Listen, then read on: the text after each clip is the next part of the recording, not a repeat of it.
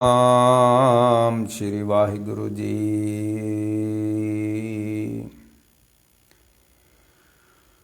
ਸਹਿ ਕੀ ਸਾਰ ਸੁਹਾਗਣ ਜਾਣੇ, ਤਜ ਬਮਾਨ ਸੁਖ ਰਲੀਆਂ ਮਾਣੇ।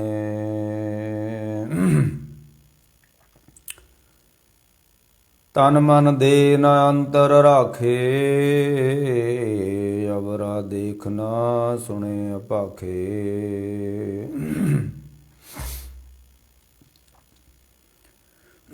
ਸੋ ਕਤ ਜਾਣੇ ਪੀਰ ਪਰਾਈ, ਜਾਂ ਕੇ ਅੰਤਰ ਦਰਦ ਨਾ ਪਾਈ। ਦੁਖੀ ਦੁਹਾਗਣ ਦੋਇ ਪਖ ਹੀਣੀ, ਜਿਨ ਨਾਹੇ ਨਿਰੰਤਰ ਭਗਤ ਨ ਕੀਨੀ। ਪੁਰਸਲਾਤ ਕਾ ਪੰਥ ਦੁਹੇਲਾ, ਸੰਗ ਨ ਸਾਥੀ ਗਵਣ ਅਕੇਲਾ। ਦੁਖੀਆ ਦਰਦ ਵੰਦ ਦਰ ਆਇਆ, ਬਹੁਤ ਪਿਆਸ ਜਵਾਬ ਨ ਪਾਇਆ। ਕਹਿ ਰਵਿਦਾਸ ਸਰਨ ਪ੍ਰਭ ਤੇਰੀ, ਜਿਉ ਜਾਨੋ ਤਿਉ ਕਰ ਗਤ ਮੇਰੀ। ਕਹਿ ਰਵਿਦਾਸ ਸਰਨ ਪ੍ਰਭ ਤੇਰੀ, ਜਿਉ ਜਾਨੋ ਤਿਉ ਕਰ ਗਤ ਮੇਰੀ। ਵਾਹਿਗੁਰੂ ਜੀ ਕਾ ਖਾਲਸਾ, ਵਾਹਿਗੁਰੂ ਜੀ ਕੀ ਫਤਿਹ। ਗੁਰੂ ਪਿਆਰੇ ਗੁਰੂ ਸਵਾਰੀ ਸਾਧ ਸੰਗਤ ਜੀ, ਭਗਤ ਰਵਿਦਾਸ ਜੀ ਜਿਨ੍ਹਾਂ ਦਾ ਜਨਮ ਦਿਹਾੜਾ ਲੰਘਿਆ 16 ਤਰੀਕ ਨੂੰ, ਤੇ ਕੱਲ ਉਹਨਾਂ ਦੇ ਇੱਕ ਸ਼ਬਦ ਲੈ ਕੇ ਉਹਨਾਂ ਦਾ ਆਪਾਂ ਕੋਈ ਗੁਰਮਤਿ ਵਿਚਾਰਾਂ ਕੀਤੀਆਂ ਸਨ, ਜਿਹਦੇ ਵਿੱਚ ਉਹਨਾਂ ਨੇ ਕਿਹਾ ਸੀ ਕਿ ਇਹ ਪਰਮੇਸ਼ਰ ਤੂੰ ਮੇਰੇ ਨਾਲ ਬੋਲਦਾ ਨਹੀਂ ਹੈ। ਕਾਰਨ ਕਿਉਂ ਨਹੀਂ ਬੋਲਦਾ? ਕਾਰਨ ਕੌਣ ਆ? ਬੋਲ। ਕਾਰਨ ਕੀ ਹੋਇਆ? ਤੂੰ ਮੇਰੇ ਨਾਲ ਨਾਰਾਜ਼ ਹੈ, ਕਿਸ ਗੱਲ ਤੋਂ ਮੇਰੇ ਨਾਲ ਨਾਰਾਜ਼ ਹੋ ਗਿਆ? ਤੂੰ ਮੇਰੇ ਨਾਲ ਬੋਲਦਾ ਨਹੀਂ ਹੈ।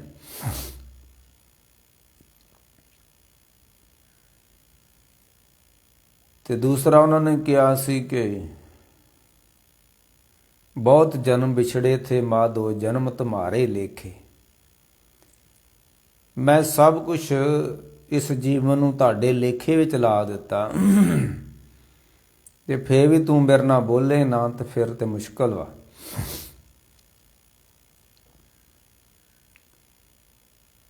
ਹੁਣ ਪਰਮੇਸ਼ਰ ਕਿਵੇਂ ਬੋਲਦਾ ਹੈ? ਮਹਾਰਾਜ ਬਾਣੀ ਨੇ ਬਚਨ ਕੀਤਾ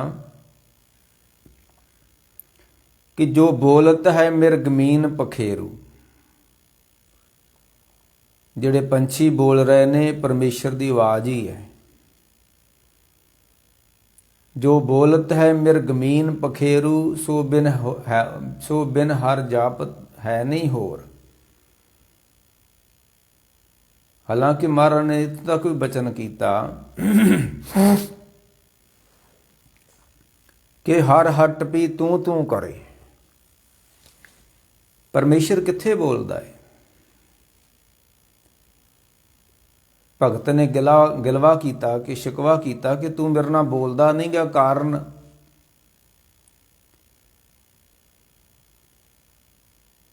ਕੌਣ ਆ? ਬੋਲ। ਤੂੰ ਮੇਰੇ ਨਾਲ ਬੋਲਦਾ ਨਹੀਂ ਗਾ, ਤੇ ਕਾਰਨ ਕੀ? ਕਿਉਂ ਨਹੀਂ ਬੋਲਦਾ? ਤੇ ਮੈਂ ਕਿਹਾ ਭਗਤ ਜਿਹੜਾ ਕਹਿ ਰਹੇ ਨੇ ਪਰਮੇਸ਼ਰ ਨੂੰ ਸਾਡੇ ਨਾਲ ਤੂੰ ਬੋਲਦਾ ਨਹੀਂ ਹੈ, ਪਰਮੇਸ਼ਰ ਕਿੱਥੇ ਬੋਲਦਾ ਹੈ? ਜੋ ਬੋਲਤ ਹੈ ਮਿਰਗਮੀਨ ਪੰਖੇਰੂ, ਸੋ ਬਿਨ ਹਰ ਜਾਪਤ ਹੈ ਨਹੀਂ ਹੋਰ। ਜਿੰਨੀਆਂ ਆਵਾਜ਼ਾਂ ਨੇ ਧਰਤੀ ਤੇ, ਇਹ ਪਰਮੇਸ਼ਰ ਦਾ ਬੋਲ ਹੀ ਨੇ। ਇੱਕ ਇਹ ਵੀ ਮਹਾਰਾਜ ਗੁਰੂ ਅਰਜਨ ਦੇਵ ਨੇ ਇਹ ਵੀ ਕਿਹਾ ਕਿ ਹਰਟ ਵੀ ਤੂੰ ਤੂੰ ਕਰੇ ਬੋਲੇ ਭਲੀ ਬਾਣ। ਪੁਰਾਣੇ ਸਮੇਂ 'ਚ ਖੂਹ ਚੱਲਦੇ ਹੁੰਦੇ ਸੀ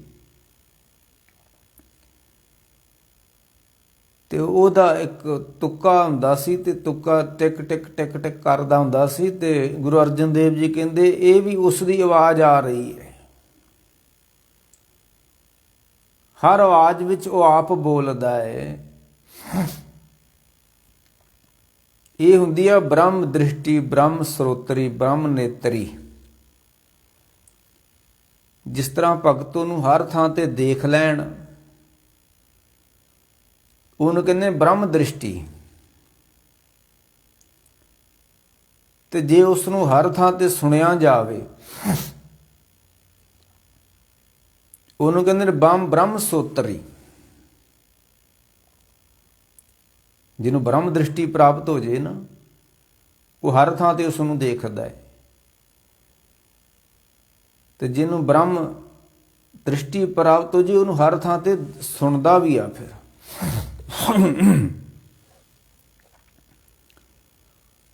ਮਹਾਰਾਜ ਦਾ ਇੱਕ ਬਚਨ ਆਉਂਦਾ ਹੈ ਕਿ ਜੇਤਾ ਸੁਨਣਾ ਤੇਤਾ ਨਾਮ। ਮੈਨੂੰ ਕੋਈ ਆਵਾਜ਼ ਸੁਣਾਈ ਦੇ ਰਹੀ ਹੈ ਤੇ ਇਹ ਪਰਮੇਸ਼ਰ ਉਹ ਆਵਾਜ਼ ਤੇਰੀ ਹੈ, ਤੇਰਾ ਨਾਮ ਹੀ ਮੈਨੂੰ ਸੁਣ ਰਿਹਾ ਹੈ। ਜੇਤਾ ਸੁਨਣਾ ਤੇਤਾ ਨਾਮ, ਜੇਤਾ ਪੇਖਣ ਤੇਤਾ ਧਿਆਨ। ਇੱਕ ਹੁੰਦਾ ਧਿਆਨ ਲਾਉਣਾ ਨਾਮ ਵਿੱਚ, ਕੀਰਤਨ ਵਿੱਚ। ਜੈ ਕੀਰਤਨ ਤੇਰਾ ਸਾਧੂ ਗਾਵੇ ਤੈ ਮੇਰਾ ਮਨ ਲਾਗੇ।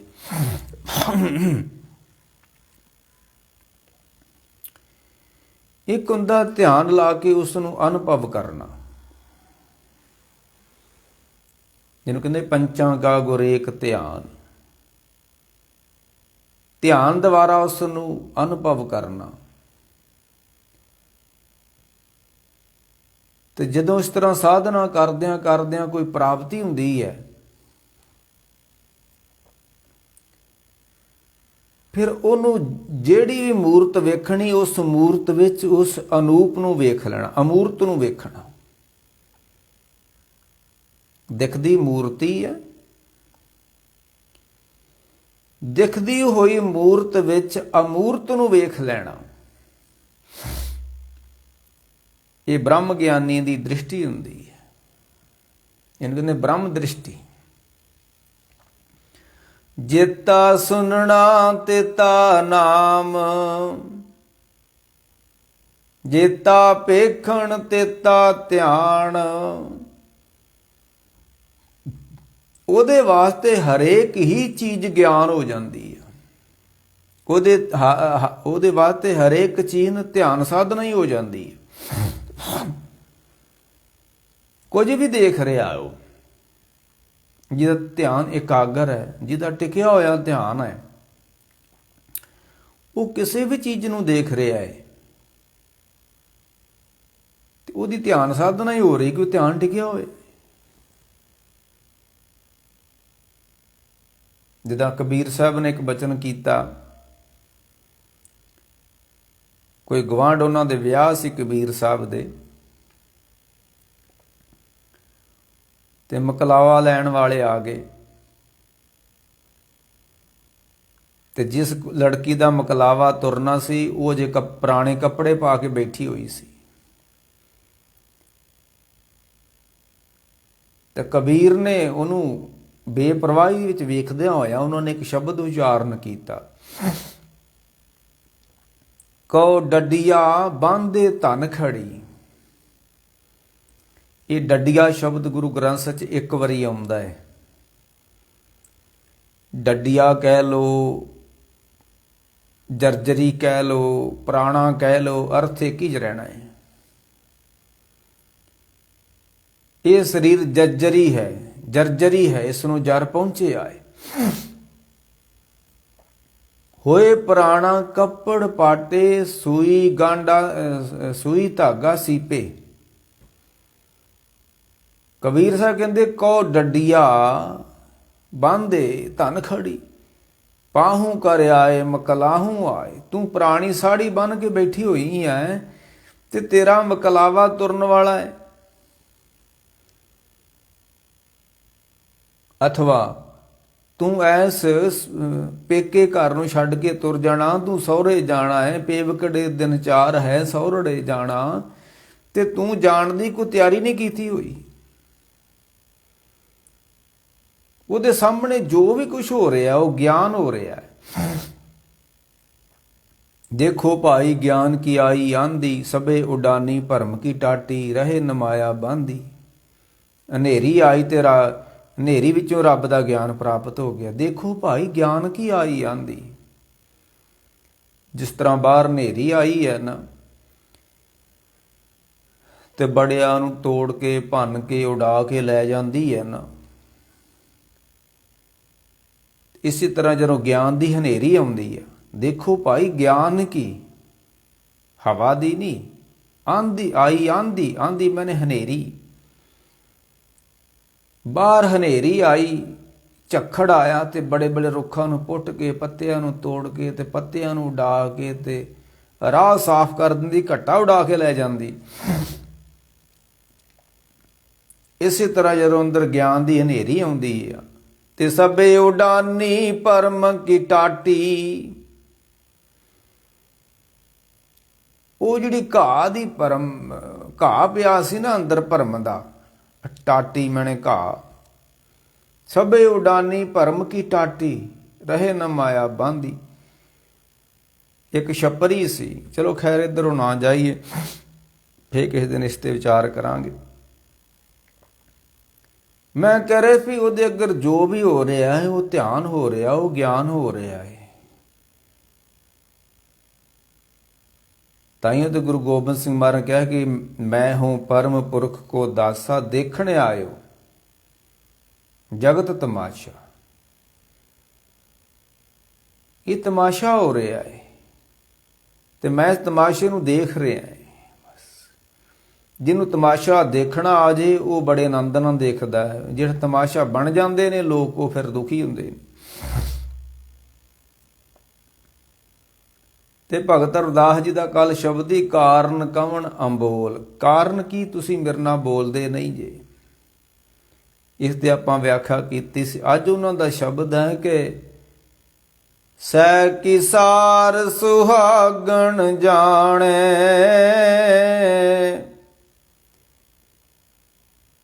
ਕਹਿੰਦੇ ਪਤੀ ਪਰਮੇਸ਼ਰ ਦੀ ਕਦਰ ਉਹ ਜਾਣਦਾ ਹੈ ਜਿਹੜੀ ਸੁਹਾਗਵੰਤੀ ਹੈ। ਸਹਿ ਕੀ ਸਾਰ, ਸਾਰ ਮਨੇ ਕਦਰ। ਇੱਕ ਸੁਹਾਗਣ ਨੂੰ ਆਪਣੇ ਸਹੁੰ ਦੀ ਕਦਰ ਵਾ, ਉਸ ਦੀ ਕਦਰ ਕਰਦੀ ਹੈ। ਅਥਵਾ ਜਿਹੜੇ ਉਹਦੇ ਹੋ ਗਏ ਨੇ, ਜਿਨ੍ਹਾਂ ਨੂੰ ਪਤੀ ਪਰਮੇਸ਼ਰ ਮਿਲ ਗਿਆ, ਉਹੀ ਉਸ ਦੀ ਕਦਰ ਜਾਣਦੇ ਨੇ। ਜਿਹਨੂੰ ਕਹਿੰਦੇ ਨੇ ਸਾਈ ਨਾਮ ਅਮੋਲ, ਕੀਮ ਨਾ ਕੋਈ ਜਾਣ ਦੋ।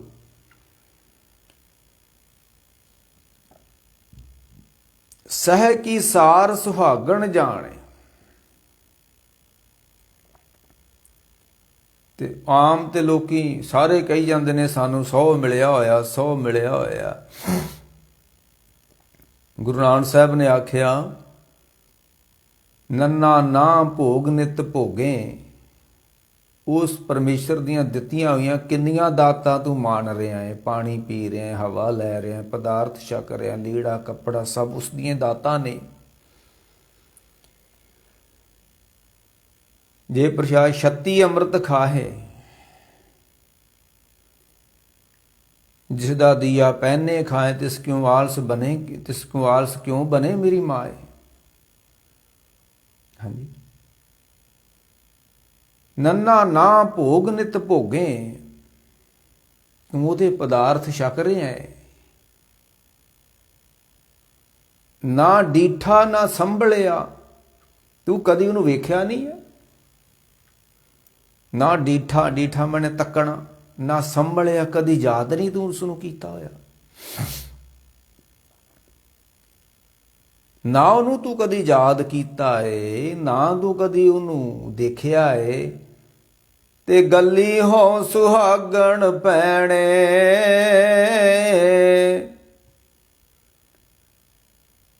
ਤੇ ਗੱਲਾਂ ਤੂੰ ਸੁਹਾਗਵੰਤੀਆਂ ਵਾਲੀ ਕਰਦੀ ਹੈ ਤੂੰ ਦੁਹਾਗਣ। ਸੁਹਾਗਣੇ ਕਿਆ ਕਰਮ ਕਮਾਇਆ, ਪੁਰਬ ਲਿਖਿਆ ਪਾਇਆ। ਦੁਹਾਗਣੀਆਂ ਕਿਆ ਨਿਸ਼ਾਨੀਆਂ, ਖਸਮੋਂ ਕੁੱਤੀਆਂ ਫਿਰੇ ਨਿਮਾਣੀਆਂ। ਮੈਲੇ ਵੇਸ ਤਿਨ ਕਾਮਣੀ, ਦੁਖੀ ਰਹਿਣ ਵਿਆਏ ਜੀਓ। ਸੁਹਾਗਣੀ ਕਿਆ ਕਰਮ ਕਮਾਇਆ, ਪੁਰਬ ਲਿਖਿਆ ਪਾਇਆ। ਮਰ ਕਿਦੇ ਗੱਲੀ ਹੋ ਸੁਹਾਗਣ ਪੈਣੇ, ਕੰਤ ਨ ਕਬਹੂ ਮੈਂ ਮਿਲਿਆ। ਗੱਲਾਂ ਗੱਲਾਂ ਵਿੱਚ ਅਸੀਂ ਧਰਮੀ ਹਾਂ, ਗੱਲਾਂ ਗੱਲਾਂ ਵਿੱਚ ਅਸੀਂ ਸੰਤ ਬਣੇ ਬੈਠੇ ਹਾਂ, ਗੱਲਾਂ ਗੱਲਾਂ ਵਿੱਚ ਅਸੀਂ ਬੜੇ ਬ੍ਰਹਮ ਗਿਆਨੀ ਬਣੇ ਬੈਠੇ ਹੋਏ ਹਾਂ। ਗੱਲੀ ਹੋ ਸੁਹਾਗਣ ਪੈਣੇ, ਗੱਲੀ ਅਸੀਂ ਚੰਗੀਆਂ ਚਾਰੀ ਬੁਰੀਆਂ। ਮਨੋਂ ਕੁਸੁੱਦਾ ਕਾਲੀਆਂ ਬਾਹਰ ਚਿੱਟਵੀਆਂ। ਗੱਲੀ ਜੋਗ ਨਾ ਹੋਈ। ਹਾਂਜੀ, ਭਾਈ ਗੁਰਦਾਸ ਨੇ ਗੱਲੀ ਜੇ 100 ਪਾਈਏ ਤੋਤਾ ਕਿਉਂ ਫਾਸੇ। ਜੇ ਗੱਲਾਂ ਕਰਨ ਨਾਲ ਰੱਬ ਮਿਲਦਾ ਹੁੰਦਾ ਤੇ ਤੋਤਾ ਤੇ ਬੜੀਆਂ ਗੱਲਾਂ ਕਰਦਾ, ਉਹ ਫਸ ਜਾਂਦਾ ਹੈ।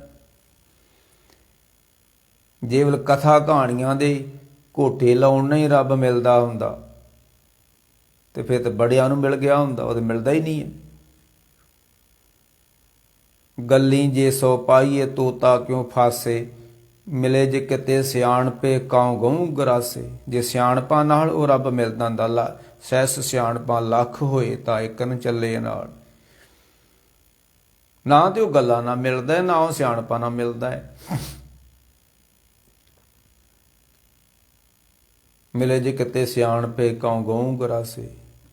ਕਾਂ ਬੜਾ ਸਿਆਣਾ ਹੁੰਦਾ, ਗੰਦਗੀ ਖਾਂਦਾ ਹੈ। ਹਾਂਜੀ, ਤੇ ਗੱਲੀ ਹੋ ਸੁਹਾਗਣ ਭੈਣੇ, ਕੰਤ ਨ ਕਬਹੂ ਮੈਂ ਮਿਲਿਆ। ਉਹ ਮਿਲਿਆ ਕਦੀ ਨਹੀਂ ਹੈ, ਤੇ ਜਿਹਦਾ ਪਤੀ ਨਹੀਂ ਆ ਉਹ ਸੁਹਾਗਵੰਤੀ ਕਿਵੇਂ। ਹੁਣ ਧਰਤੀ ਉੱਤੇ ਉਹੀ ਇਸਤਰੀ ਆਪਣੇ ਆਪ ਨੂੰ ਸੁਹਾਗਵੰਤੀ ਅਖਾਉਂਦੀ ਹੈ ਜਿਹਦਾ ਪਤੀ ਆ, ਤੇ ਜਿਹਦਾ ਪਤੀ ਨਹੀਂ ਉਹ ਸੁਹਾਗਵੰਤੀ ਥੋੜ੍ਹਾ। ਤੇ ਧਰਮ ਦੀ ਦੁਨੀਆ ਅੰਦਰ ਪਤੀ ਕਿਸੇ ਨੂੰ ਮਿਲਿਆ ਹੀ ਨਹੀਂ ਗਾ, ਤੇ ਇਹ ਸਾਰੀਆਂ ਕਹਿੰਦੀਆਂ ਅਸੀਂ ਸੁਹਾਗਵੰਤੀਆਂ। ਜਿੱਦਾਂ ਗੁਰੂ ਨਾਨਕ ਸਾਹਿਬ ਨੂੰ 100 ਸੁਹਾਗਣ ਮਿਲੀ, ਤੇ ਜਦੋਂ ਮਹਾਰਾਜ ਦਾ ਪਾਜ ਉਗਾੜਿਆ ਫੇਰ ਪਤਾ ਲੱਗਾ ਸੁਹਾਗਣ ਨਹੀਂ ਸੀ ਉਹਦਾ। ਮਹਾਰਾਜ ਕਿਹਾ ਸੂਬ ਤਾਂ ਸੁਹਾਗਣੀ, ਜਾਂ ਮਨ ਲਹੇ ਸੱਚ ਨਾਉ। ਕਦੀ ਤੂੰ ਆਸਾ ਦੀ ਵਾਰ ਸੁਣੀ ਨਹੀਂ, ਕਦੀ ਤੂੰ ਆਸਾ ਦੀ ਵਾਰ 'ਚ ਬੈਠਾ ਨਹੀਂ, ਕਦੀ ਤੂੰ ਸੁਖਮਨੀ ਸਾਹਿਬ ਦਾ ਪਾਠ ਸੁਣਿਆ ਨਹੀਂ, ਕਦੀ ਤੂੰ ਰੱਬ ਦੀ ਬਾਣੀ ਸੁਣੀ ਨਹੀਂ ਹੈ, ਤੇ ਸੂਬ ਤਾਂ ਸੁਹਾਗਣੀ। ਹਾਂਜੀ, ਸੁਹਾਗਵੰਤੀ ਤੇ ਤਾਂ ਹੀ ਹੈ ਜੇ ਤੂੰ ਰੱਬ ਦਾ ਨਾਮ ਮੰਨੇ। ਰੱਬ ਦਾ ਤੂੰ ਨਾਮ ਮੰਨਦੀ ਨਹੀਂ ਹੈ ਤੇ ਆਪਣੇ ਆਪ ਤੂੰ ਸੁਹਾਗਣ ਬਣ ਕੇ ਬੈਠੀ ਹੋਈ ਹੈ। ਸੂਬ ਤਾਂ ਸੁਹਾਗਣੀ, ਜੇ ਮਨ ਲਹਿ ਸੱਚ ਨਾਉ। ਰੂਪ ਚੜੀ ਤਾਂ ਅਗਲਾ, ਕਹਿੰਦੇ ਜਦੋਂ ਤੂੰ ਰੱਬ ਦਾ ਨਾਮ ਮੰਨੇਗੀ ਨਾ ਤੇ ਰੱਬ ਦੇ ਨਾਮ ਨੇ ਤੇਰੇ ਤੇ ਰੂਪ ਲਿਆਉਣਾ ਹੈ। ਰੂਪ ਚੜੀ ਤਾਂ ਅਗਲਾ ਦੂਜਾ ਨਾ ਹੀ ਥਾਓ। ਐਸਾ ਸ਼ਿੰਗਾਰ ਮੇਰੇ ਪ੍ਰਭ ਭਾਵੇ। ਨਾਨਕ ਸੁਹਾਗਣ ਕਾ ਕਿਆ ਚੇਨ ਹੈ। ਜਿਹੜੀਆਂ ਰੱਬ ਨਾਲ ਜੁੜੀਆਂ ਹੁੰਦੀਆਂ ਨੇ, ਜਿਹੜੀਆਂ ਰੱਬ ਦੀਆਂ ਹੋ ਗਈਆਂ ਨੇ, ਜਾਂ ਜਿਨ੍ਹਾਂ ਨੂੰ ਰੱਬ ਮਿਲ ਗਿਆ ਹੈ, ਉਹਨਾਂ ਦੀ ਕੀ ਨਿਸ਼ਾਨੀ ਹੈ। ਨਾਨਕ ਸੁਹਾਗਣ ਕਾ ਕਿਆ ਚੇਨ ਹੈ। ਜਿੱਦਾਂ ਬਾਹਰ ਇੱਕ ਇਸਤਰੀ ਜਿਹਦਾ ਪਤੀ ਹੋਵੇ, ਸੁਹਾਗਵੰਤੀ ਹੋਵੇ, ਉਹਦੇ ਲੱਛਣ ਹੁੰਦੇ ਨੇ ਵੀ ਇਹ ਸੁਹਾਗਵੰਤੀ ਹੈ। ਤੇ ਜਿਨ੍ਹਾਂ ਨੂੰ ਰੱਬ ਮਿਲ ਗਿਆ ਹੈ, ਉਹਨਾਂ ਦੀ ਕੀ ਨਿਸ਼ਾਨੀ ਹੈ। ਨਾਨਕ ਸੁਹਾਗਣ ਕਾ ਕਿਆ ਚੇਨ ਹੈ। ਬਾਹਰ ਸੁਹਾਗਵੰਤੀ ਜਦੋਂ ਬਣਦੀ ਹੈ, ਚੂੜਾ ਪਾਉਂਦੀ ਹੈ, ਲਾਲ ਕੱਪੜੇ ਪਾਉਂਦੀ ਹੈ, ਸ਼ਿੰਗਾਰ ਕਰਦੀ ਹੈ। ਚੂੜਾ ਤੇ ਸ਼ਿੰਗਾਰ ਉਸਦਾ ਇਸ ਗੱਲ ਦਾ ਪ੍ਰਤੀਕ ਹੈ ਕਿ ਸੁਹਾਗਵੰਤੀ ਹੋ ਗਈ ਹੈ। ਉਹਦਾ ਸਹੁ ਹੈ, ਪਤੀ ਹੈ, ਮਾਲਕ ਹੈ। ਤੇ ਨਾਨਕ ਸੁਹਾਗਣ ਕਾ ਕਿਆ ਚਿੰਨ ਹੈ। ਜਿਹੜੀ ਰੱਬ ਨੂੰ ਮਿਲੀ ਉਹਨਾਂ ਦੀ ਕੀ ਨਿਸ਼ਾਨੀ ਹੈ। ਅੰਦਰ ਸੱਚ ਉਹਦੇ ਅੰਦਰ ਝੂਠ ਨਹੀਂ ਹੋਏਗਾ। ਨਾ ਨਾ ਨਾ ਨਾ, ਉਹਦੇ ਅੰਦਰ ਸੱਚ ਹੋਏਗਾ। ਝੂਠ ਨਾ ਬੋਲ ਪਾਂਡੇ ਸੱਚ ਕਹੀਏ, ਬੋਲੀਏ ਸੱਚ ਧਰਮ ਝੂਠ ਨਾ ਬੋਲੀਏ, ਜੋ ਗੁਰ ਦੱਸੇ ਵਾਟ ਮਰੀਦਾਂ ਜੋਲੀਏ। ਹਾਂਜੀ, ਨਾਨਕ ਸੁਹਾਗਣ ਕਾ ਕਿਆ ਚਿੰਨ ਹੈ, ਕਿਆ ਚਿੰਨ ਹੈ, ਕਿਆ ਨਿਸ਼ਾਨੀ ਹੈ ਸੁਹਾਗਵੰਤੀ ਦੀ। ਨਾਨਕ ਸੁਹਾਗਣ ਕਾ ਕਿਆ ਚਿੰਨ ਹੈ, ਅੰਦਰ ਸੱਚ ਮੁਖ ਉਜਲਾ। ਜਿਹਦੇ ਅੰਦਰ ਸੱਚ ਹੋਏਗਾ ਉਹਦੇ ਮੁਖ ਉੱਤੇ ਕੋਈ ਦਾਗ ਨਹੀਂ ਹੋਏਗਾ। ਅੰਦਰ ਸੱਚ ਮੁਖ ਉਜਲਾ। ਤੇ ਸਾਡਾ ਤੇ ਦਾਗ ਦੋਸ਼ ਮੋਇ ਚੱਲਿਆ ਲਾਏ, ਦਰਗੇ ਬੈਸਣ ਨਹੀਂ ਜਾਏ। ਪਾਂਡਾ ਅੱਛਾ ਸੋਏ ਜੋ ਤਿਸ ਭਾਵ ਸੀ। ਪਾਂਡਾ ਅਤ ਮਲੀਨ, ਜਿਹੜਾ ਸਾਡਾ ਮਨ ਹੈ ਬੜਾ ਗੰਦਾ ਹੈ, ਬੜਾ ਮਲੀਨ ਹੈ। ਪਾਂਡਾ ਅਤ ਮਲੀਨ, ਤੋਤਾ ਅੱਛਾ ਨਾ ਹੋਏ ਸੀ। ਤੇ ਨਾਨਕ ਸੁਹਾਗਣ ਕਾ ਕਿਆ ਚਿੰਨ ਹੈ, ਕੀ ਨਿਸ਼ਾਨੀ ਉਹਨਾਂ ਦੀ। ਅੰਦਰ ਸੱਚ, ਸਾਡੇ ਅੰਦਰ ਝੂਠ ਵਾ, ਉਹਨਾਂ ਅੰਦਰ ਸੱਚ ਵਾ। ਅੰਦਰ ਸੱਚ ਮੁਖ ਉਜਲਾ, ਉਹਨਾਂ ਦੀ ਜ਼ਿੰਦਗੀ ਵਿੱਚ ਕੋਈ ਐਬ ਨਹੀਂ ਹੋਏਗਾ। ਆਣ ਬਾਣ ਬਸਾਰੇ, ਕੋਈ ਐਬ ਨਹੀਂ, ਕੋਈ ਗੁਨਾਹ ਨਹੀਂ ਉਹਨਾਂ ਦੀ ਜ਼ਿੰਦਗੀ ਵਿੱਚ ਹੋਏਗਾ। ਤੀਸਰੀ ਨਿਸ਼ਾਨੀ ਉਹਨਾਂ ਦੀ ਹੈ ਕਿ ਨਾਨਕ ਸੁਹਾਗਣ ਕਾ ਕਿਆ ਚਿੰਨ ਹੈ, ਅੰਦਰ ਸੱਚ ਮੁਖ ਉਜਲਾ। ਖਸਮੇ ਮਾਏ ਸਮਾਏ, ਉਹ ਉਹਦੇ ਵਿੱਚ ਸਮਾ ਗਈ ਆ ਤੇ ਤਾਂ ਹੀ ਉਹ ਸੁਹਾਗਵੰਤੀ ਹੋਈ ਆ। ਜਿੰਨਾ ਚਿਰ ਉਹਦੇ ਚ ਕੋਈ ਸਮਾਉਂਦਾ ਨਹੀਂ ਹੈ ਉਹਨਾਂ ਚਿਰ ਸੁਹਾਗਵੰਤੀ ਥੋੜਾ ਕੋਈ ਖਵਾ ਸਕਦੀ ਹੈ। ਨਾ ਨਾ ਨਾ ਨਾ ਨਾ, ਸੁਹਾਗਵੰਤੀ ਉਹੀ ਖਵਾ ਸਕਦੀ ਹੈ ਜਿਹੜੀ ਉਹਦੇ ਚ ਸਮਾ ਗਈ ਹੈ। ਸੂਬ ਤਾਂ ਸੁਹਾਗਣੀ, ਜਾਂ ਮਨ ਲੈ ਸੱਚ, ਜਾਂ ਮਨ ਲੈ ਸੱਚ ਨਾਉ। ਰੂਪ ਚੜੀ ਤਾਂ ਅਗਲਾ, ਦੂਜਾ ਨਾ ਹੀ ਠਾਓ। ਐਸ਼ਾ ਸ਼ਿੰਗਾਰ ਜਿਹੜਾ ਉਹ ਰੱਬ ਨੂੰ ਪਾਉਂਦਾ ਹੈ। ਫਿਰ ਟੁੱਕੋ ਭਗਤ ਅਰਦਾਸ ਜੀ ਕਹਿੰਦੇ ਸਹਿ ਕੀ ਸਾਰ, ਉਹ ਸਹਿ ਜਿਹੜਾ ਸਹੁ ਮਾਲਕ ਪਰਮੇਸ਼ਰ ਜਿਹੜਾ ਹੈ ਉਹਦੀ ਕਦਰ ਕੌਣ ਜਾਣਦਾ ਹੈ। ਜਿਹੜਾ ਉਸ ਨੂੰ ਉਹਦਾ ਹੋ ਗਿਆ, ਜਿਹਨੂੰ ਮਿਲ ਗਿਆ ਹੈ, ਉਹਨੂੰ ਉਹਦੀ ਫਿਰ ਕਦਰ ਵਾ। ਸਹਿ ਕੀ ਸਾਰ ਸੁਹਾਗਣ ਜਾਣੇ, ਤੇ ਉਹਦੀ ਨਿਸ਼ਾਨੀ ਹੁੰਦੀ ਹੈ ਤਜ ਅਬਮਾਨ। ਉਸ ਜ਼ਿੰਦਗੀ ਵਿੱਚ ਹੰਕਾਰ ਨਹੀਂ ਹੋਏਗਾ। ਨਹੀਂ ਨਹੀਂ ਨਹੀਂ, ਕਿਉਂਕਿ ਹਰ ਜੀਉ ਹੰਕਾਰ ਨਾ ਭਾਵੀ, ਵੇਦ ਕੂਕ ਸੁਣਾਏ, ਹੰਕਾਰ ਮੋਏ ਸੇ ਵਗਤੀ ਗਏ। ਇਹ ਉਹਨਾਂ ਦੀ ਵੱਡੀ ਨਿਸ਼ਾਨੀ ਹੋਏਗੀ ਵੀ ਉਹਨਾਂ ਨੂੰ ਕੋਈ ਹੰਕਾਰ ਨਹੀਂ ਹੋਏਗਾ।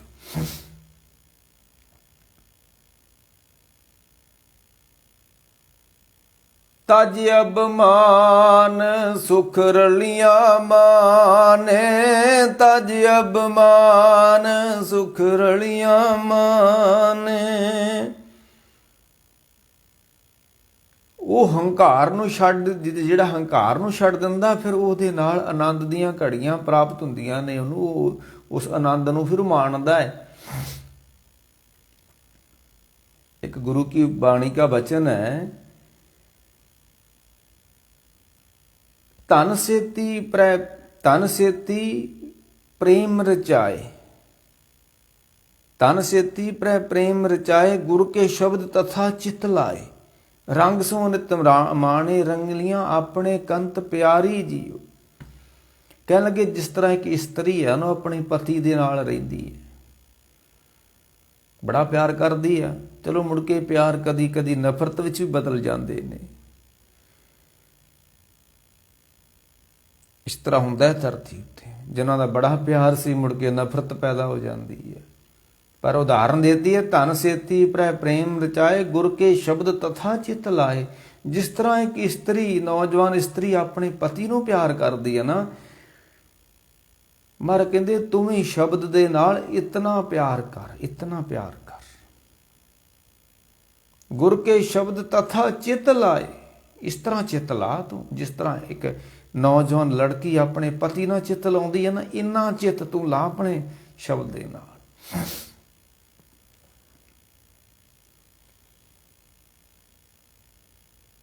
ਤੁਮਾਰਾ ਕਹਿੰਦੇ ਆ ਕਿ ਤਜ ਅਬ, ਭਗਤ ਜੀ ਕਹਿੰਦੇ ਨੇ ਤਜ ਅਬਮਾਨ,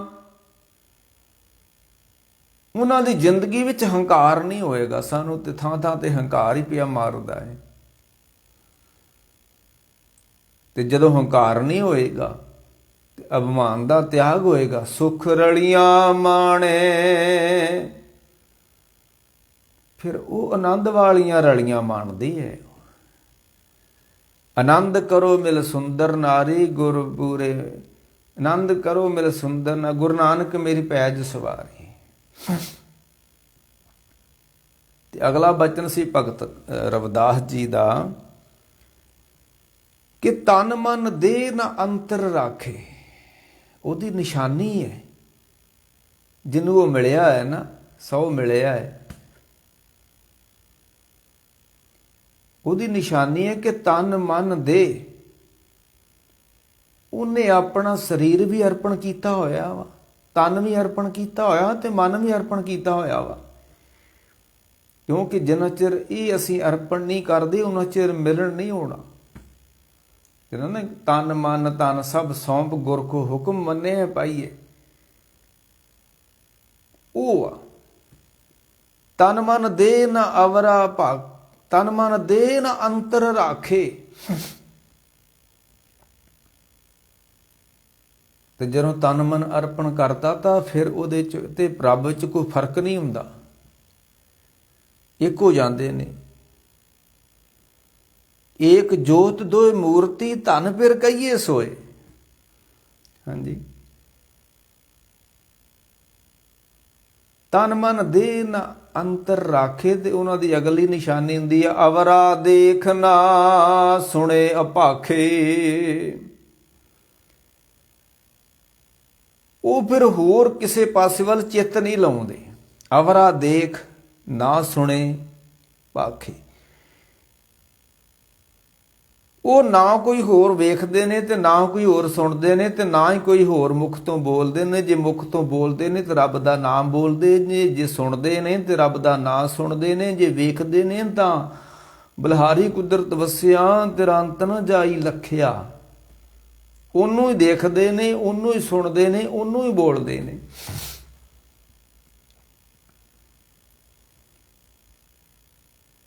ਤਨ ਮਨ ਦੇਨ ਅੰਤਰ ਰਾਖੇ, ਅਵਰਾ ਦੇਖਨ ਸੁਣੇ ਅਪਾਖੇ। ਸੋ ਕਤ ਜਾਣੇ ਪੀਰ ਪਰਾਈ, ਜਿਸਕੇ ਅੰਤਰ ਦਰਦ ਨਾ ਪਾਈ। ਜਿਹਦੇ ਅੰਦਰ ਕੋਈ ਦਰਦ ਨਹੀਂ ਆ ਉਹਨੂੰ ਪਰਾਈ ਪੀਰ ਦਾ ਅਸਰ ਨਹੀਂ ਹੁੰਦਾ। ਜਾਨੀ ਕਿ ਜਿਹਦੇ ਅੰਦਰ ਦਇਆ ਨਹੀਂ ਹੈ ਨਾ, ਉਹਨੂੰ ਪਰਾਏ ਦੁੱਖ ਦਾ ਦੁੱਖ ਨਹੀਂ ਹੁੰਦਾ। ਉਹ ਤੇ ਦੁਖੀ ਬੰਦੇ ਨੂੰ ਵੇਖ ਕੇ ਵੀ ਸੁੱਖ ਮਾਣੇਗਾ, ਖੁਸ਼ੀ ਹੋਏਗਾ। ਪਰ ਜਿਹਦੇ ਅੰਦਰ ਦਰਦ ਵਾ, ਸੋ ਕਤ ਜਾਣੇ ਪੀਰ ਪਰਾਈ, ਜਿਸਕੇ ਅੰਤਰ ਦਰਦ ਨਾ ਪਾਈ। ਜਿਹਦਾ ਚਿੱਤ ਕਠੋਰ ਆ, ਪੱਥਰ ਦਿਲ ਵਾ, ਜਿਹਨੂੰ ਕਹਿੰਦੇ ਨੇ ਸਿੰਬਲ ਰੁੱਖ ਸਰਾਹੇਰਾ, ਅਤ ਦੀਰਘ ਅਤ ਮੁੱਝ। ਉਹ ਜੇ ਆਸ ਕਰ ਜਾਏ ਨਰਾਸੇ ਕਿਤ। ਉਹ ਸਿੰਬਲ ਰੁੱਖ ਵਾ, ਉਹ ਪੱਥਰ ਚਿੱਤ ਵਾ, ਜਿਹਦੇ ਅੰਦਰ ਦਰਦ ਨਹੀਂ ਹੈ। ਕਹਿੰਦੇ ਨਾ ਵੀ ਦਇਆ ਬਿਨ ਸਿੱਧ ਕਸਾਈ। ਜਿਹਦੇ ਅੰਦਰ ਦਰਦ ਨਹੀਂ ਗਿਆ, ਭਾਵੇਂ ਜਿੱਡਾ ਮਰਜ਼ੀ ਧਰਮੀ ਬਣੀ ਫਿਰਦਾ ਹੋਵੇ, ਉਹ ਕਸਾਈ ਹੈ। ਉਹ ਕਸਾਈ ਹੈ, ਧਰਮੀ ਨਹੀਂ ਆ। ਉਹ ਧਰਮੀ ਤੇ ਹੁੰਦਾ ਹੈ, ਮਾਰਨ ਗਿਆ ਕਿ ਮੁਸਲਮਾਨ ਮੋਮ ਦਿਲ ਹੋਵੇ। ਧਰਮੀ ਬੰਦਾ ਤੇ ਮੋਮ ਹੁੰਦਾ ਹੈ, ਪਾਪੀ ਬੰਦਾ ਤੇ ਪੱਥਰ ਚਿੱਤ ਹੁੰਦਾ ਹੈ। ਆਂਦੇ ਆ ਨਾ ਵੀ ਦਇਆਵਾਨ ਫੁੱਲ ਹੁੰਦਾ ਹੈ, ਮਾਇਆ ਧਾਰੀ ਪੱਥਰ ਹੁੰਦਾ ਹੈ। ਹਾਂ, ਮੁਸਲਮਾਨ ਮੋਮ ਦਿਲ ਹੋਵੇ। ਧਰਮੀ ਬੰਦਾ ਤੇ ਮੋਮੀ ਹੁੰਦਾ ਹੈ, ਮੋਮ ਹੁੰਦਾ ਹੈ। ਅੰਤਰ ਕੀ ਮਲ ਦਿਲ ਤੇ ਧੋਵੇ। ਅਸੀਂ ਪੱਥਰ ਕਿਉਂ ਆ? ਕਿਉਂ ਸਾਡੇ ਅੰਦਰ ਦਰਦ ਨਹੀਂ ਹੈ? ਸਾਨੂੰ ਇਸ ਦੁਨੀਆ ਦੀ ਮੈਲ ਨੇ ਪੱਥਰ ਚਿੱਤ ਬਣਾਇਆ ਹੋਇਆ ਹੈ। ਜੋ ਜੋ ਮੈਲ ਵੱਧਦੀ ਜਾਏਗੀ ਤਿਉਂ ਤਿਉਂ ਸਾਡਾ ਹਿਰਦਾ ਪੱਥਰ ਹੁੰਦਾ ਜਾਏਗਾ, ਚਿੱਤ ਸਾਡਾ ਪੱਥਰ ਬਣ ਜਾਏਗਾ। ਤੇ ਜੋ ਜੋ ਮੈਲ ਲੱਥਦੀ ਜਾਏਗੀ ਤਿਉਂ ਤਿਉਂ ਉਹ ਮੋਮ ਹੁੰਦਾ ਜਾਏਗਾ। ਮੁਸਲਮਾਨ ਮੋਮ ਦਿਲ ਹੋਵੇ। ਧਰਮੀ ਬੰਦਾ ਤੇ ਮੋਮੀ ਮੋਮ ਹੁੰਦਾ ਹੈ। ਅੰਤਰ ਕੀ ਮਲ ਦਿਲ ਤੇ ਧੋਵੇ। ਦੁਨੀਆ ਰੰਗ ਨਾ ਆਵੇ ਨੇੜੇ। ਦੁਨੀਆ ਦਾ ਕੋਈ ਵੀ ਰੰਗ ਉਹਦੇ ਲਾਗੇ ਲਾਗੇ ਨਹੀਂ ਆ ਸਕਦਾ। ਇਸ ਕਰਕੇ ਭਗਤ ਜੀ ਕਹਿੰਦੇ ਸੋਕਤ ਜਾਣੇ ਪੀਰ ਪਰਾਈ, ਜਿਸਕੇ ਅੰਤਰ ਦਰਦ ਨਾ ਪਾਈ। ਅਗਲਾ ਬਚਨ ਸੀ ਕਿ ਦੁਖੀ ਦੁਹਾਗਣ, ਉੱਪਰਲੀ ਸੁਹਾਗਣ ਦਾ ਜ਼ਿਕਰ ਕੀਤਾ ਹੈ ਤੇ ਥੱਲੇ ਹੁਣ ਦੁਹਾਗਣ ਦਾ ਜ਼ਿਕਰ ਆਉਣਾ ਹੈ। ਸੁਹਾਗਣ ਨੇ ਕੀ ਕੀਤਾ ਕਿ ਤਨ ਮਨ ਦੇ ਨ ਅੰਤਰ ਰਾਖੇ, ਤਜ ਬਾਨ ਸੁਖ ਰਲੀਆਂ ਮਾਣੇ। ਤੇ ਹੋ ਗਈ ਸੁਹਾਗਵੰਤੀ ਦੀ ਨਿਸ਼ਾਨੀ। ਜਿੱਦਾਂ ਹੁੰਦਾ ਨਾ ਕੋਈ ਚੱਜੀ, ਸੁਚੱਜੀ ਤੇ ਗੁਣਵੰਤੀ। ਬਾਬਾ ਲਗਨ ਗਨਾਏ ਹੰਪੀ ਵੰਜਾਂ ਸਹੁਰੇ ਬਲਰਾਮ ਦੀ। ਕੋਈ ਸਾਡਾ ਵੀ ਲਗਨ ਕੱਢੋ, ਅਸੀਂ ਵੀ ਕੋਈ ਰੱਬ ਨੂੰ ਮਿਲੀਏ। ਐਸਾ ਸੰਤ ਮਹਾਤਮੋ, ਇਹ ਰੱਬ ਦੇ ਪਿਆਰਿਓ, ਕੋਈ ਸਾਡਾ ਵੀ ਲਗਨ ਕੱਢੋ। ਬਾਬਾ ਲਗਨ ਗਣਾਏ ਹੰਪੀ ਵੰਜਾਂ ਸਹੁਰੇ ਬਲਰਾਮ ਦੀ। ਹੁਣ ਉਹ ਤੇ ਜਿਹੜੀਆਂ ਸੁਹਾਗਵੰਤੀਆਂ ਹੋ ਗਈਆਂ ਉਹਦੀਆਂ ਹੋ ਗਈਆਂ ਤੇ ਸੁੱਖ ਤੇ ਆਨੰਦ ਮਾਣਦੀਆਂ ਨੇ। ਤੇ ਹੁਣ ਅਗਲਾ ਜਿਗਰ ਹੈ ਦੁਖੀ ਦੁਹਾਗਣ। ਜੇ ਸੁਹਾਗਣ ਸੁਖਵੰਤੀ ਹੈ ਤੇ ਦੁਹਾਗਣ ਦੁਖਵੰਤੀ ਹੈ। ਦੁਹਾਗਣੀਆਂ ਕਿਆ ਨਿਸ਼ਾਨੀਆਂ, ਖਸਮੋਂ ਕੁੱਥੀਆਂ ਫਿਰੇ ਨਿਮਾਣੀਆਂ। ਮੈਲੇ ਵੇਸ ਤਿਨ ਕਾਮਣੀ, ਦੁਖੀ ਰਹਿਣ ਵਿਆਏ ਜੀ। ਉਹਨਾਂ ਦੀ ਜ਼ਿੰਦਗੀ ਦੀ ਰਾਤਰੀ ਦੁੱਖਾਂ ਦੇ ਨਾਲ ਹੀ ਬਤੀਤ ਹੁੰਦੀ ਹੈ। ਲੋਭ ਦੁਖੀ ਕਰੇਗਾ ਉਹਨਾਂ ਨੂੰ, ਕ੍ਰੋਧ ਦੁਖੀ ਕਰੇਗਾ, ਮੋਹ ਦੁਖੀ ਕਰੇਗਾ, ਹੰਕਾਰ ਦੁਖੀ ਕਰੇਗਾ। ਦੁੱਖ ਇਹ ਕੇਵਲ ਸਰੀਰਕ ਦੁੱਖ ਨਹੀਂ ਹੈ, ਮਾਨਸਿਕ ਦੁੱਖ ਬੜੇ ਨੇ ਉਹਦੇ ਕੋਲ। ਮਾਨਸ ਦੁਖੀ ਹੈ।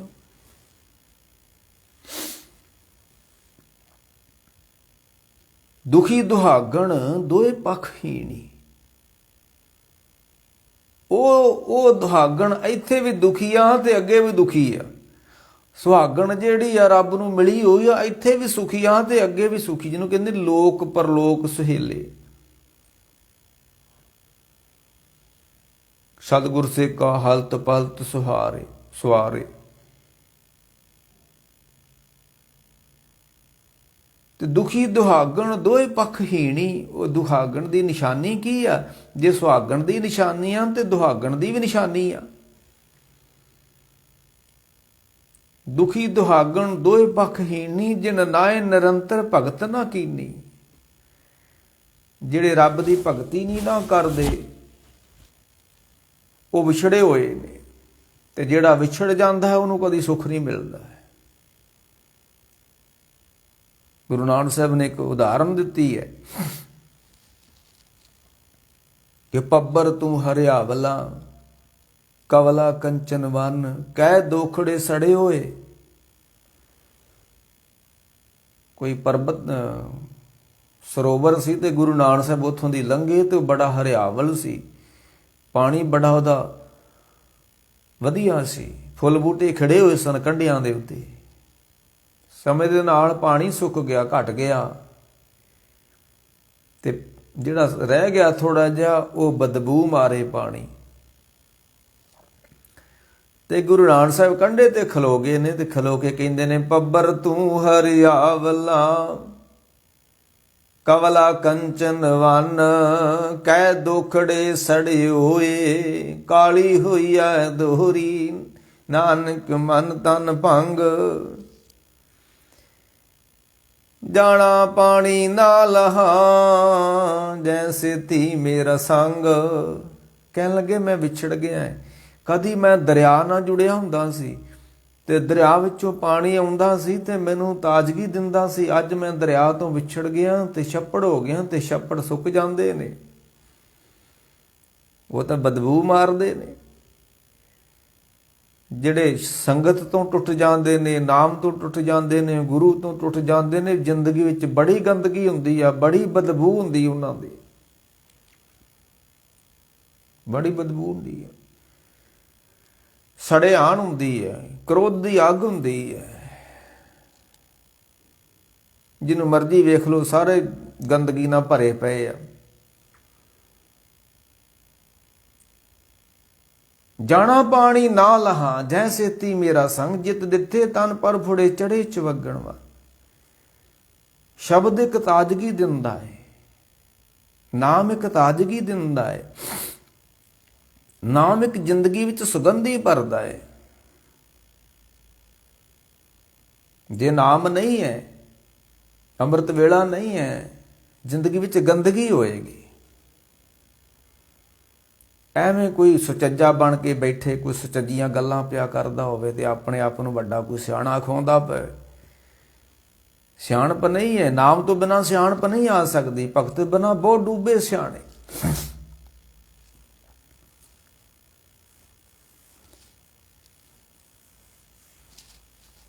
ਤੇ ਮਹਾਰਾਜ ਕਹਿੰਦੇ ਆ ਵੀ ਜਦੋਂ ਤੁਸੀਂ ਰੱਬ ਨਾਲ ਨਹੀਂ ਜੁੜਦੇ ਫਿਰ ਗੰਦਗੀ ਹੁੰਦੀ ਹੈ। ਬੰਦਗੀ ਨਹੀਂ ਤੇ ਗੰਦਗੀ, ਇਹ ਦੋ ਇੱਕ ਚੀਜ਼ ਤਾਂ ਰਹਿਣੀ। ਤੇ ਭਗਤ ਰਵਿਦਾਸ ਜੀ ਕਹਿੰਦੇ ਦੁਖੀ ਦੁਹਾਗਣ ਦੋਏ ਪੱਖਹੀਣੀ। ਜੇ ਸੁਹਾਗਵੰਤੀ ਇੱਥੇ ਉੱਥੇ ਸੁਖੀ ਆ ਤਾਂ ਦੁਹਾਗਣੀ ਜਿਹੜੀ ਇੱਥੇ ਉੱਥੇ ਦੋਏ ਥਾਂ ਤੇ ਦੁਖੀ ਆ। ਤੇ ਦੁਹਾਗਣੀ ਦੀ ਨਿਸ਼ਾਨੀ ਕੀ ਆ? ਜਿਨ ਨਾਏ ਨਿਰੰਤਰ ਭਗਤ ਨਾ ਕੀਨੀ। ਜਿਹੜੇ ਬੰਦਗੀ ਨਹੀਂ ਕਰਦੇ, ਜਿਹੜੇ ਸੰਗਤ ਵਿੱਚ ਨਹੀਂ ਬਹਿੰਦੇ, ਨਾਮ ਨਹੀਂ ਜਪਦੇ, ਮਰ ਕਹਿੰਦੇ ਉਹ ਦੁਹਾਗਣਾ ਨੇ, ਉਹ ਵਿਛੜੀਆਂ ਹੋਈਆਂ ਨੇ, ਉਹ ਛੁੱਟੜਾ ਨੇ। ਤੇ ਛੁੱਟੜਾ ਨੂੰ ਤੇ ਵਿਛੜੀਆਂ ਹੋਈਆਂ ਨੂੰ ਕਦੀ ਸੁੱਖ ਨਹੀਂ ਮਿਲ ਸਕਦਾ। ਦੁਖੀ ਦੁਹਾਗਣ ਦੋਏ ਪੱਖਹੀਨੀ। ਜੇ ਨਾਏ ਨਿਰੰਤਰ ਭਗਤ ਨਾ ਕੀਨੀ। ਜਿਹਨੇ ਕੋਈ ਰੱਬ ਦੀ ਭਗਤੀ ਨਹੀਂ ਕੀਤੀ, ਬੰਦਗੀ ਨਹੀਂ ਕੀਤੀ, ਤੇ ਉਹ ਤਾਂ ਫਿਰ ਦੁਖੀ ਹੈ। ਅਗਲਾ ਬਚਨ ਸੀ ਕਿ ਪੁਰਸ ਲਾਤ ਕਾ ਪੰਥ ਦੁਹੇਲਾ। ਅੱਗੇ ਕਹਿੰਦੇ ਜਦੋਂ ਬੰਦਾ ਜਾਂਦਾ ਹੈ ਤੇ ਇੱਕ ਪੁਲ ਵਾ ਤੇ ਪੁਲ ਦੇ ਉੱਤੋਂ ਦੀ ਲੰਘਣਾ ਪੈਂਦਾ। ਉਹਨੇ ਪੁਰਸਲਾਤ, ਉਸ ਪੁਲ ਦਾ ਨਾਮ ਪੁਰਸਲਾਤ। ਪੁਰਸਲਾਤ ਕਾ ਪੰਥ ਦੁਹੇਲਾ। ਪੰਥ ਮੈਨੇ ਰਾਹ। ਕੇਵਲ ਉਹ ਇੱਥੇ ਦੁਖੀ ਨਹੀਂ ਹੈ, ਜਦੋਂ ਸਰੀਰ ਨੂੰ ਛੱਡ ਕੇ ਜਾਂਦੇ ਨੇ ਤੇ ਅੱਗੇ ਵੀ ਦੁਖੀ ਹੁੰਦੇ ਨੇ। ਅੱਗੇ ਲੰਘਣਾ ਪੈਂਦਾ ਪੁਲ ਦੇ ਉੱਤੋਂ ਦੀ, ਤੇ ਉਹ ਪੈਂਡਾ ਬੜਾ ਦੁਖਦਾਈ ਹੈ। ਪੁਰਸਲਾਤ ਕਾ ਪੰਥ ਦੁਹੇਲਾ, ਸੰਗ ਨ ਸਾਥੀ ਗਵਨ ਅਕੇਲਾ। ਇਹ ਧੀਆਂ ਪੁੱਤ, ਦੌਲਤਾਂ, ਸ਼ੌਹਰਤਾਂ, ਅਹੁਦੇ, ਪਦਵੀਆਂ, ਕੱਖ ਨਹੀਂ ਅੱਗੇ ਜਾਂਦਾ। ਮਿੱਟੀ ਨਾਲ ਮਿੱਟੀ ਕਮਾਈ ਜਾਂਦਾ ਬੰਦਾ। ਸਰੀਰ ਮਿੱਟੀ ਆ, ਮਿੱਟੀ ਨਾਲ ਮਿੱਟੀ ਕਮਾਈ। ਚੱਲਿਓ ਅੰਤ ਮੈਂ ਦੋਏ ਹੱਥ ਬਜਾਈ। ਕਿਸੇ ਨੇ ਲਿਖਿਆ ਮਿੱਟੀ ਸੋ ਮਿੱਟੀ ਕਮਾਈ,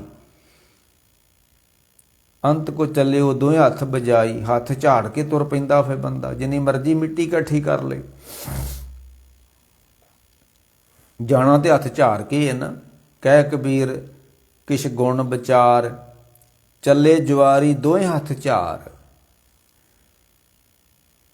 ਕਿੰਨੀ ਕੁ ਦੌਲਤ ਹੱਥਾਂ ਤੇ ਚੁੱਕ ਕੇ ਲੈ ਕੇ ਜਾਵਾਂਗੇ। ਗੁਰੂ ਨਾਨਕ ਸਾਹਿਬ ਨੇ ਆਖਿਆ ਸੀ ਕਾਰੂ ਬਾਦਸ਼ਾਹ ਨੂੰ, ਮੇਰੀ ਸੂਈ ਲੈ ਜੀ ਨਾਲ। ਕਹਿਣ ਲੱਗਾ ਮਹਾਰਾਜ ਸੂਈ ਕਿੱਦਾਂ ਜਾਊਗੀ? ਮਹਾਰਾਜ ਕਹਿੰਦੇ ਜੇ ਐਡਾ ਦੌਲਤ ਦਾ ਤੂੰ ਭੰਡਾਰ ਲਾਇਆ ਹੋਇਆ ਹੈ, ਇਹ ਜਿੱਥੇ ਇਹ ਜਾਊਗਾ ਆਸ ਹੋਈ ਵੀ ਲੈ ਜੀ ਨਾਲ ਤੂੰ। ਕਹਿਣ ਲੱਗਾ ਮਹਾਰਾਜ ਇਹ ਜਾਣੇ ਜੂਣੇ ਕੱਖ ਨਹੀਂ ਹੈ। ਤੇ ਕਹਿਣ ਲੱਗੇ ਫਿਰ ਜਾਣਾ ਕਿਉਂ ਨਹੀਂ, ਫਿਰ ਢੇਰ ਕਿਉਂ ਲਾਇਆ ਈ ਉਹ। ਇਸ ਕਰਕੇ ਦੁਖੀ ਦੁਹਾਗਣ ਦੋਏ ਪੱਖ ਹੀਣੀ, ਜਿਨ ਨਾਏ ਨਿਰੰਤਰ ਭਗਤ ਨ ਕੀਨੀ, ਪੁਰਸਲਾਤ ਕਾ ਪੰਥ ਦੁਹੇਲਾ, ਸੰਗ ਨਾ ਸਾਥੀ ਗਵਣ ਅਕੇਲਾ।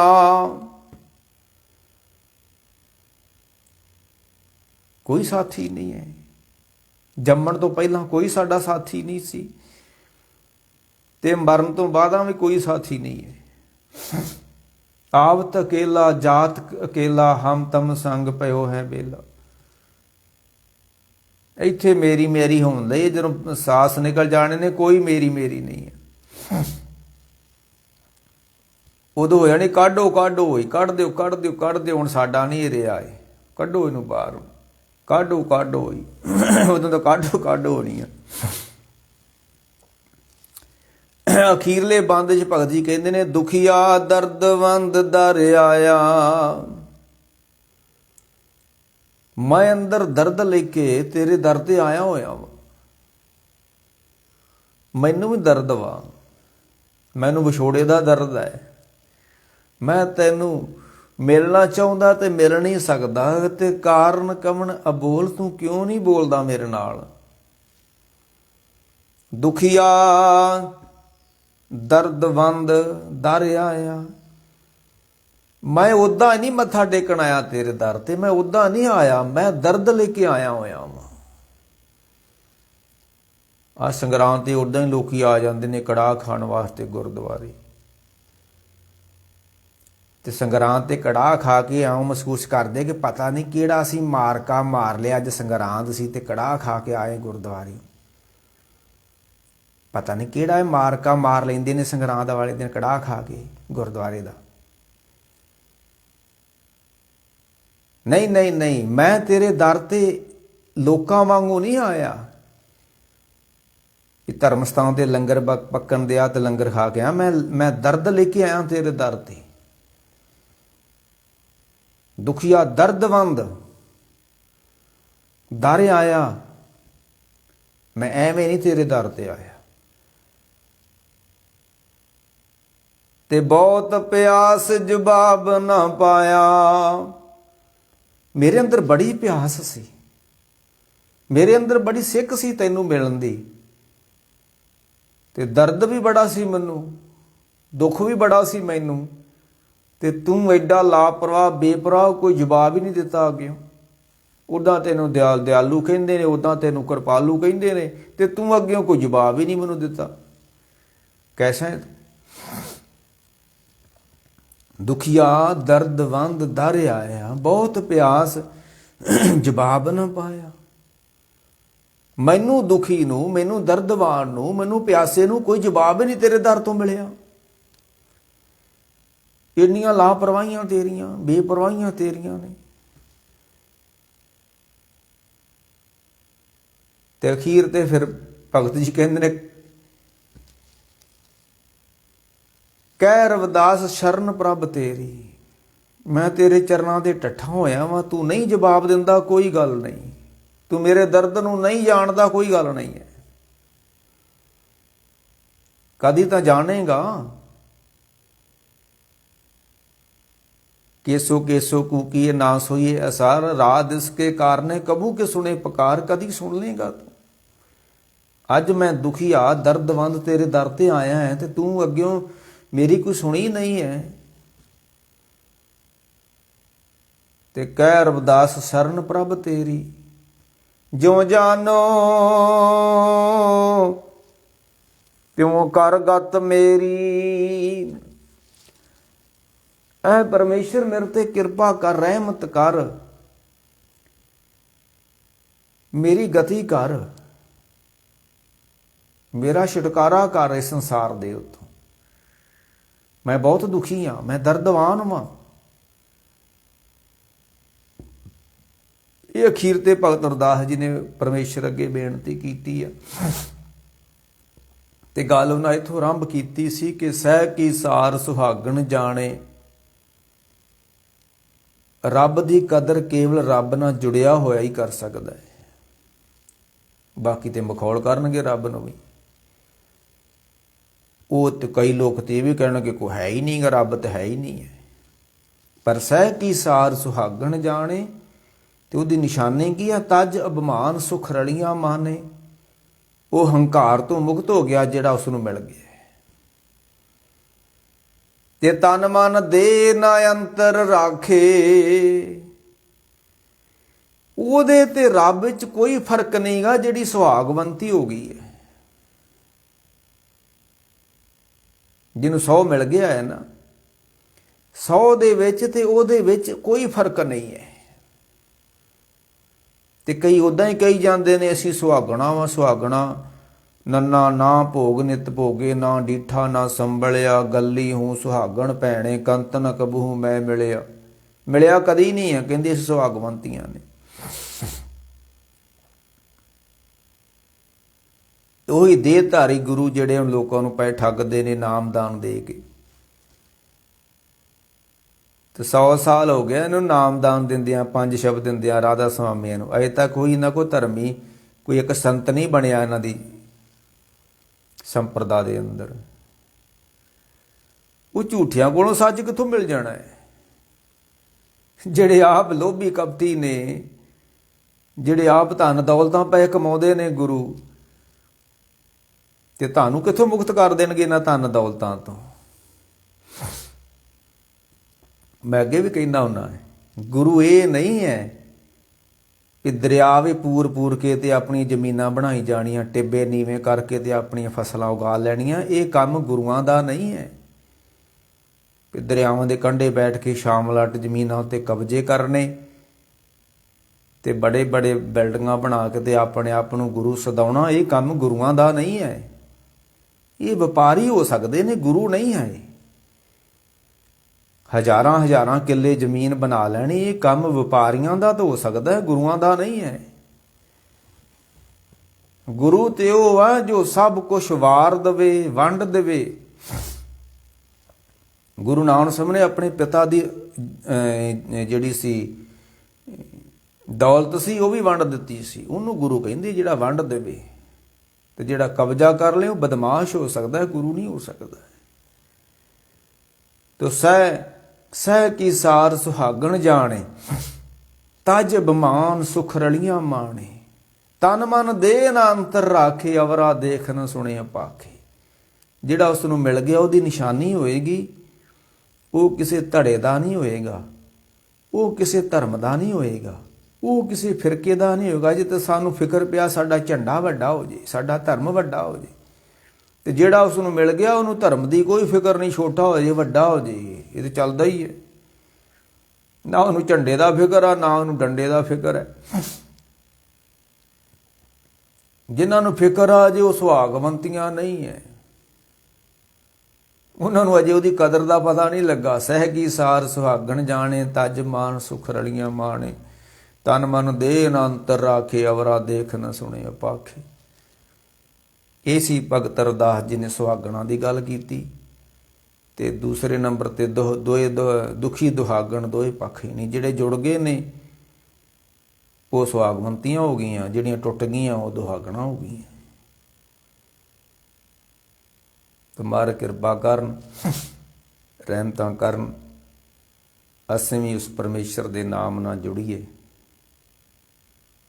ਮੈਂ ਤਾਂ ਅੱਗੇ ਵੀ ਬੜਾ ਕਹਿੰਦਾ ਨਾ ਵੀ ਮਹਾਰਾਜ ਨੇ ਕਲਯੁਗ ਦੀਆਂ ਨਿਸ਼ਾਨੀਆਂ ਦੱਸੀਆਂ ਵਾ। ਇਹ ਨਿਸ਼ਾਨੀਆਂ ਇਸ ਵੇਲੇ ਜ਼ਾਹਰ ਹੋ ਰਹੀਆਂ ਕਲਯੁਗ ਦੇ ਅੰਦਰ ਕਿ ਸ਼ਾਸਤਰ ਵੇਦ ਨ ਮਾਨੇ ਕੋਏ, ਆਪੋ ਆਪੇ ਪੂਜਾ ਹੋਏ। ਕਲਯੁਗ ਦੀ ਵੱਡੀ ਨਿਸ਼ਾਨੀ ਹੋਏਗੀ ਲੋਕੀ ਧਰਮ ਗ੍ਰੰਥਾਂ ਨੂੰ ਨਹੀਂ ਮੰਨਣਗੇ ਤੇ ਦੇਹਾਂ ਨੂੰ ਮੰਨਣਗੇ, ਸਰੀਰਾਂ ਨੂੰ ਮੰਨਣਗੇ। ਆ ਵੇਖ ਲੋ ਕਰੋੜਾਂ ਬੰਦੇ ਰਾਮ ਰਹੀ ਨੇ ਮਗਰ ਲਾਏ ਹੋਏ ਤੇ ਸਭ ਕੁਝ ਯਾਰ ਹੋਣ ਦੇ ਬਾਅਦ ਵੀ ਕਹਿੰਦੇ ਸਤਿਗੁਰੂ ਸਾਡਾ ਸੱਚਾ ਵਾ। ਆ ਕਰੋੜਾਂ ਬੰਦੇ ਰਾਧਾ ਸਵਾਮੀਆਂ ਨੇ ਆਪਣੇ ਪਿੱਛੇ ਲਾਏ ਹੋਏ ਨੇ। ਉਹ ਰੱਬ ਨੂੰ ਮੰਨੋ, ਮਾਤਾ ਕੀ ਉਦਰ ਮੇ ਪ੍ਰਤਪਾਲ ਕਰੇ। ਇਹ ਜਦੋਂ ਤੁਸੀਂ ਮਾਤਾ ਦੇ ਪੇਟ ਸੀ, ਇਹ ਬਿਆਸਾ ਵਾਲਾ ਤੁਹਾਡੀ ਪਾਲਣਾ ਕਰਨ ਦਿਆ ਸੀ। ਕਿ ਰਾਮ ਰੀ ਪਾਲਣਾ ਕਰਨ ਦਿਆ ਸੀ ਤੁਹਾਡੀ। ਮਾਤਾ ਕੇ ਉਧਰ ਮੈਂ ਪ੍ਰਤਪਾਲ ਕਰੇ, ਸੋ ਕਿਉ ਮਨੋਂ ਵਿਸਾਰੀਏ। ਤੁਸੀਂ ਰੱਬ ਨੂੰ ਵਿਸਾਰ ਦਿੱਤਾ ਹੋਇਆ ਹੈ। ਤੇ ਦੇਹ ਧਾਰੀਆਂ ਗੁਰੂਆਂ ਦੇ ਤੁਸੀਂ ਮਗਰ ਲੱਗੇ ਹੋਏ। ਇਹ ਵੀ ਇੱਕ ਕਲਯੁਗ ਦੀ ਨਿਸ਼ਾਨੀ ਮਾਰਨੇ। ਕਲਯੁਗ ਨੇ ਐਸਾ ਨੰਗਾ ਹੋ ਕੇ ਨੱਚਣਾ ਹੈ ਕਿ ਲੋਕੀ ਧਰਮ ਗ੍ਰੰਥਾਂ ਨੂੰ ਨਹੀਂ ਮੰਨਣਗੇ, ਤੇ ਜਿਹੜਾ ਧਰਮ ਗ੍ਰੰਥ ਨੂੰ ਨਹੀਂ ਮੰਨਦਾ ਉਹ ਰੱਬ ਨੂੰ ਮੰਨ ਨਹੀਂ ਸਕਦਾ। ਅਸਲ ਰੂਪ ਵਿੱਚ ਉਹੀ ਰੱਬ ਨੂੰ ਮੰਨਦਾ ਜਿਹੜਾ ਧਰਮ ਗ੍ਰੰਥ ਨੂੰ ਮੰਨਦਾ ਹੈ, ਕਿਉਂਕਿ ਧਰਮ ਗ੍ਰੰਥ ਜਿਹੜਾ ਹੁੰਦਾ ਉਹ ਰੱਬ ਦੇ ਪ੍ਰਥਾਏ ਲਿਖਿਆ ਗਿਆ ਹੁੰਦਾ। ਤੇ ਜਿਹੜਾ ਮੰਨਦਾ ਹੀ ਸਰੀਰ ਨੂੰ ਆ, ਉਹ ਰੱਬ ਨੂੰ ਕਿੱਥੋਂ ਮੰਨ ਲਊ। ਸ਼ਾਸਤਰ ਵੇਦ ਨਾ ਮਾਨੇ ਕੋਏ, ਆਪੋ ਆਪੇ ਪੂਜਾ ਹੋਏ। ਹਰ ਬੰਦਾ ਆਪਣੀ ਪੂਜਾ ਕਰਾਉਂਦਾ ਹੈ। ਕੋਈ ਨਹੀਂ ਆਖੂਗਾ ਸਾਡੇ ਕੋਲ ਆਉਣ ਦੀ ਲੋੜ ਕੋਈ ਨਹੀਂ, ਸਾਡੇ ਕੋਲ ਆਇਆ ਜੀ ਅਸੀਂ ਤੁਹਾਨੂੰ ਨਾਮਦਾਨ ਦੇ ਦਿਆਂਗੇ। ਨਹੀਂ ਨਹੀਂ ਨਹੀਂ, ਰੱਬ ਦੀ ਪੂਜਾ ਕਰੋ। ਪੂਜਾ ਕੀਜੇ ਨਾਮ ਧਿਆਈਏ, ਬਿਨ ਨਾਮੇ ਪੂਜ ਨਾ ਹੋਏ। ਮਰਨੇ ਕਿੱਡੀ ਮਹਿਮਾ ਨਾਮ ਸੁਣਨ ਤੇ ਨਾਮ ਮੰਨਣ ਦੀ ਬਾਣੀ 'ਚ ਲਿਖੀ ਹੈ। ਨਾ ਸੁਣਿਆ ਸਭ ਸਿੱਧ ਹੈ, ਰਿਦ ਪਿੱਛੇ ਆਏ। ਨਾ ਸੁਣਿਆ ਸੰਤੋਖ ਹੋਏ, ਕਵਲਾ ਚਰਨ ਤੇ ਆਏ। ਉਹ ਲੋਕੋ ਰੱਬ ਦਾ ਨਾਮ ਸੁਣੋ, ਗੁਰੂ ਕੀ ਬਾਣੀ ਸੁਣੋ, ਆਸਾ ਦੀ ਵਾਰ ਸੁਣੋ, ਸੁਖਮਨੀ ਸਾਹਿਬ ਦਾ ਪਾਠ ਸੁਣੋ। ਤੁਸੀਂ ਕਿਹੜੇ ਮੰਤਰਾਂ ਦੇ ਚੱਕਰਾਂ 'ਚ ਪਏ ਫਿਰਦੇ?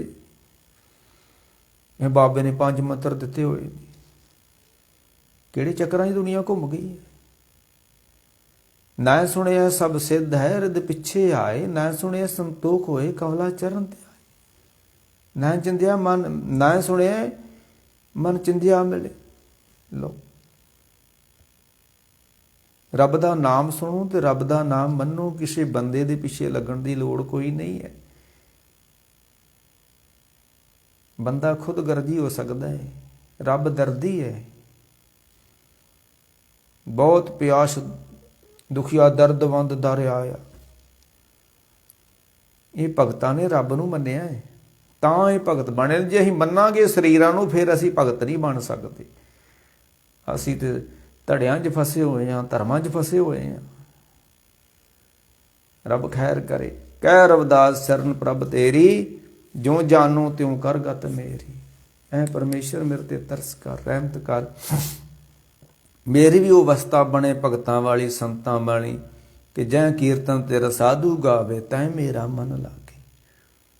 ਤੇਰੇ ਨਾਮ ਵਿੱਚ ਮੇਰਾ ਮਨ ਲੱਗੇ, ਤੇਰੀ ਆਸਾ ਦੀ ਵਾਰ ਸੁਣਦਿਆਂ ਮੇਰਾ ਚਿੱਤ ਜੁੜ ਜਾਵੇ। ਇਹ ਮੇਰੇ ਤੇ ਕਿਰਪਾ ਕਰ, ਇਹ ਮੇਰੇ ਤੇ ਰਹਿਮਤ ਕਰ। ਸਾਹਿਬ ਕਿਰਪਾ ਕਰ। ਇਹ ਭਗਤ ਰਵਿਦਾਸ ਜੀ ਦਾ ਸਲੋਕ ਸ਼ਬਦ ਸੀ ਆ ਸਾਰਾ ਸੂਹੀ ਰਾਗ ਦੇ ਅੰਦਰ, ਜੋ ਆਪ ਦੇ ਨਾਲ ਸਾਂਝਾ ਕੀਤਾ ਹੈ। ਭੁੱਲ ਚੁੱਕ ਦੀ क्षमा ਜੀ। ਵਾਹਿਗੁਰੂ ਜੀ ਕਾ ਖਾਲਸਾ, ਵਾਹਿਗੁਰੂ ਜੀ ਕੀ ਫਤਿਹ।